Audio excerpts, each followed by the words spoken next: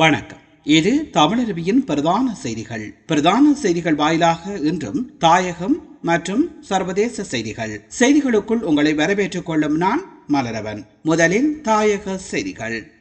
இலங்கையில் ஒவ்வொரு ஆண்டும் சுமார் 20,000 மாணவர்கள் பாடசாலைகளிலிருந்து இடைவிலகுவதாக பிரதமர் ஹரணி அமரசூரிய தெரிவித்துள்ளார். கொழும்பு பேராயர் கர்தினால் மெல்கம் ரஞ்சித்துடன் கல்வி சீர்திருத்தங்கள் குறித்து கலந்துரையாடலின் போது அவர் இந்த தகவலை வெளியிட்டுள்ளார். கல்வி அமைச்சினால் நடத்தப்பட்ட ஆய்வில் இலங்கையில் ஆண்டுதோறும் சுமார் 20,000 மாணவர்கள் பாடசாலையை விட்டு இடைவிலகுவதாக தெரிய வந்துள்ளதாகவும் குறிப்பிட்டுள்ளார். ஆண்டுதோறும் சுமார் 3 லட்சம் பிள்ளைகள் பாடசாலைகளுக்கு அனுமதிக்கப்பட்டாலும் அவர்களில் ஒரு பகுதியினர் மட்டுமே பல்கலைக்கழகத்திற்கு செல்வதாகவும் இன்னும் சிலர் உயர்கல்விக்காக வெளிநாடு செல்வதாகவும் தெரிவித்தார். இந்த பிரச்சனைகளை தீர்ப்பதற்கு நாங்கள் முயற்சி செய்வதாகவும் பிரதமர் ஹரணி அமரசூரிய தெரிவித்துள்ளார். புனர் நிர்மாணிக்கப்பட்ட பொது நூலகத்தை திறந்து மக்கள் பாவனைக்கு விடுமாறு கோரி சிறையில் தடுத்து வைக்கப்பட்டுள்ள பிள்ளையான் மட்டக்களப்பு மாநகர சபை முதல்வருக்கு கடிதம் ஒன்றை அனுப்பியதாக தெரிவிக்கப்பட்டுள்ளது. இதனையடுத்து குறித்த கடிதம் தொடர்பாக மட்டக்களப்பு மாநகர சபை முதல்வர் சிவம் பாக்கியநாதனிடம் விசாரணை மேற்கொள்ளப்பட்டுள்ளது. முன்னாள் ராயாங்க அமைச்சரும் தமிழ் மக்கள் விடுதலை புலிகள் கட்சியின் தலைவருமான பிள்ளையான் என்ற சந்திரகாந்தன் பல்வேறு குற்றச்சாட்டுகளுக்காக கடந்த ஏப்ரல் 6ஆம் தேதி கைது செய்யப்பட்டு தொடர்ந்தும் தடுத்து வைக்கப்பட்டுள்ளார். இந்த நிலையில் கடந்த 30ஆம் தேதி பிள்ளையான் கிழக்கு மாகாண ஆளுநர் மற்றும் மட்டக்களப்பு மாநகர முதல்வருக்கு கடிதம் ஒன்றை அனுப்பியதாக கூறப்பட்டுள்ளது. பயங்கரவாத தடை சட்டத்தின் கீழ் தடுத்து வைக்கப்பட்டுள்ள அவர் அனுப்பியதாக கூறப்படும் இந்த கடிதம் பேஸ்புக்கில் பிரசுரிக்கப்பட்டிருப்பதாக தெரிவிக்கப்பட்டுள்ளது. இந்நிலையில் குறித்த கடிதம் தொடர்பில் மட்டக்களப்பு மாநகர சபையின் முதல்வரை தொடர்பு கொண்டு கேட்டபோது இதற்கு பதிலளித்த மாநகர சபை முதல்வர் பிள்ளையானால் அனுப்பப்பட்டதாக கூறப்படும் கடிதம் அவருடைய கட்சி உறுப்பினரால் தம்மிடம் கையளிக்கப்பட்டதாகவும் அவர் குறிப்பிட்டார். எனினும் அது அவரால் அனுப்பப்பட்ட கடிதமா என்பதை ஆராய்ந்து கொண்டிருப்பதாகவும் மாநகர முதல்வர் தெரிவித்தார். இந்த கடிதம் தொடர்பில் தம்மிடம் குற்றப்புலனாய்வினர் விசாரணைகளை மேற்கொண்டதாகவும் அவர் குறிப்பிட்டுள்ளமை இங்கே குறிப்பிடத்தக்கது. ஜாழ்ப்பாணத்தில் உள்ள கத்தோலிக்க தேவாலயங்களில் திருநாட்களின் போது வீதிகளில் ஒலிபெருக்கி பயன்படுத்துவதற்கு தடை விதிக்கப்பட்டுள்ளது.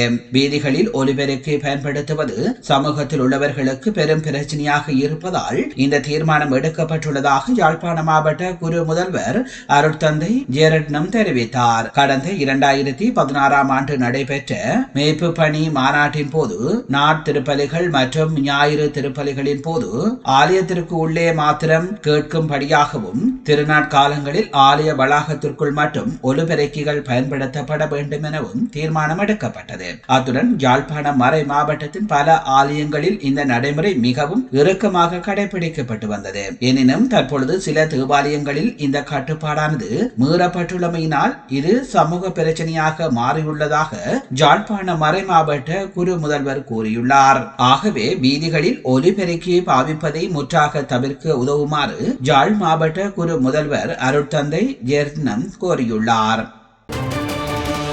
நாட்டில் இம்முறை சிறுபோகத்தில் இதுவரையில் 11,000 மெட்ரிக் டன் நெல் கொள்வனவு செய்யப்பட்டுள்ளதாக நெல் சந்தைப்படுத்தல் சபை தெரிவித்துள்ளது.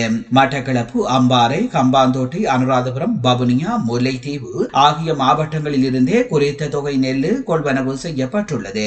இதன்படி அம்பாறை மாவட்டத்திலிருந்து அதிகளவான நெல் கொள்வனவு செய்யப்பட்டுள்ளதாக நெல் சந்தைப்படுத்தல் சபையின் தலைவர் தெரிவித்துள்ளார். இதற்கமைய நாடு நெல் 1 கிலோ 120 ரூபாவுக்கும், சம்பா நெல்லு 1 கிலோ 125 ரூபாவுக்கும், கீரி சம்பா நெல்லு 1 கிலோ 132 ரூபாவுக்கும் கொள்வனவு செய்யப்பட்டுள்ளது. கிளிநொச்சி, ராமநாதபுரம், வயலூர் முருகன் ஆலய மாம்பழ திருவிழாவின் போது வைக்கப்பட்ட மாம்பழம் பல லட்சம் ரூபாவுக்கு ஏலம் போயுள்ளது. குறித்த ஆலயத்தின் திருவிழா நடைபெற்று வருகின்ற நிலையில் 6ஆம் நாள் மாம்பழ திருவிழா வெகு சிறப்பாக நடைபெற்றுள்ளது. இதன் போது இடம்பெற்ற ஏல விற்பனையின் போது 6,40,000 ரூபாவிற்கு இந்த மாம்பழத்தை ஏலத்தில் எடுக்கப்பட்டதாக தெரிவிக்கப்பட்டுள்ளது. நேர்கள் நீங்கள் பார்த்து கொண்டிருப்பது தமிழருவியின் பிரதான செய்திகள் வாயிலாக தாயக செய்திகள். இனி தொடர்ந்தும் தமிழருவியில் இடம்பெறுபவை சர்வதேச செய்திகள். இந்தியாவின் ஏற்றுமதி பொருட்களுக்கு அமெரிக்கா 50% வரி விதித்துள்ள நிலையில் ரஷ்ய ஜனாதிபதி புட்டினுடன் இந்திய பிரதமர் நரேந்திர மோடி தொலைபேசியில் உரையாடியதாக இந்திய ஊடகங்கள் தெரிவிக்கின்றன. இந்த கலந்துரையாடலின் போது இரு நாட்டு உறவை வலுப்படுத்துவது தொடர்பாக விரிவாக கலந்துரையாடப்பட்டதாகவும் தெரிவிக்கப்படுகின்றது. அத்தோடு இந்த வருடத்தின் இறுதியில் ரஷ்ய ஜனாதிபதி இந்தியாவிற்கு வருகை தர உள்ளதாகவும் கூறப்படுகின்றது. இதேவேளை ரஷ்ய ஜனாதிபதியை வரவேற்க ஆவலாக உள்ளதாகவும் இந்திய பிரதமர் தெரிவித்ததாக இந்திய ஊடகங்கள் செய்தி வெளியிட்டுள்ளன. வரி விதிப்புகளை தவறாக பயன்படுத்துவதை சீனா எதிர்ப்பதாக அறிவித்துள்ளது. வரிகளை துஷ்பிரயோகம் செய்வதற்கு கடும் எதிர்ப்புகளை தெரிவிப்பதாக சீன வெளியுறவு அமைச்சின் செய்தி தொடர்பாளர் குவோ யாகுன் தெரிவித்துள்ளார். தொழில்நுட்ப மற்றும் வர்த்தக பிரச்சினைகளை அமெரிக்கா அரசியல் ஆக்குவதையும் அவற்றை ஆயுதங்களாய் பயன்படுத்தி தீங்கிழக்க முயற்சிப்பதனையும் சீனா எதிர்ப்பதாக அவர் குறிப்பிட்டார். அமெரிக்க ஆயுதங்கள் மற்றும் விமானங்களை கொள்வனவு செய்யும் திட்டத்தை இந்தியா நிறுத்தியுள்ளதாக சர்வதேச ஊடகங்கள் தெரிவிக்கின்றன. அமெரிக்க ஜனாதிபதி டொனால்ட் ட்ரம்ப் ஏற்றுமதி மீது விதித்த வரிகளை அடுத்து இந்த முடிவை இந்தியா எடுத்துள்ளதாக தெரிவிக்கப்படுகின்றது. இந்நிலையில் இந்திய பாதுகாப்பு அமைச்சர் ராஜ்நாத் சிங் முன்னதாக திட்டமிட்டிருந்த தனது அமெரிக்க விஜயத்தை ரத்து செய்துள்ளதாகவும் சர்வதேச செய்திகள் தெரிவிக்கின்றன. இஸ்ரேல் முடிவுகள் பேரழிவை ஏற்படுத்தக்கூடும் என ஐக்கிய நாடுகள் சபை தெரிவித்துள்ளது. 2005 ஆண்டு காசாவிலிருந்து வெளியேறிய இஸ்ரேல் மீண்டும் காசாவை கைப்பற்ற திட்டமிட்டுள்ளதாக ஐக்கிய நாடுகள் சபை குறிப்பிடுகிறது. இஸ்ரேலின் இந்த முடிவு பேரழிவை ஏற்படுத்தக்கூடும் என ஐக்கிய நாடுகள் சபை கண்டனம் வெளியிட்டுள்ளது. இதேவேளை இங்கிலாந்து உள்ளிட்ட பல்வேறு உலக நாடுகளும் எதிர்ப்பை வெளியிட்டுள்ளமை இங்கே குறிப்பிடத்தக்கது. நேர்கள் நீங்கள் பார்த்துக் கொண்டிருப்பது தமிழருவியின் பிரதான செய்திகள் வாயிலாக தாயகம் மற்றும் சர்வதேச செய்திகள். தாயகம் மற்றும் சர்வதேச செய்திகள் இத்துடன் நிறைவு பெறுகின்றன. செய்திகள் தொடர்பான உங்கள் கருத்துக்களை கீழே பதிவு செய்யுங்கள். இதுவரை நேரமும் தமிழருவியின் பிரதான செய்திகளோடு இணைந்திருந்த அத்தனை நேர்களுக்கும் நன்றிகளை தெரிவித்துக் கொள்வதோடு மீண்டும் நாளையும் இதே போன்று ஒரு பிரதான செய்திகள் வாயிலாக உங்களை நான் சந்திக்கின்றேன். விடுந்திருக்கின்ற இன்றைய பொழுது உங்கள் எல்லோருக்கும் ஒரு நல்ல பொழுதாக அமைய எல்லாம் வல்ல இறைவனை வேண்டி உங்களிடம் விடைபெறும் நான் என்றும் உங்களுடன் இணைந்திருக்கும் மலரவன். நன்றி, வணக்கம்.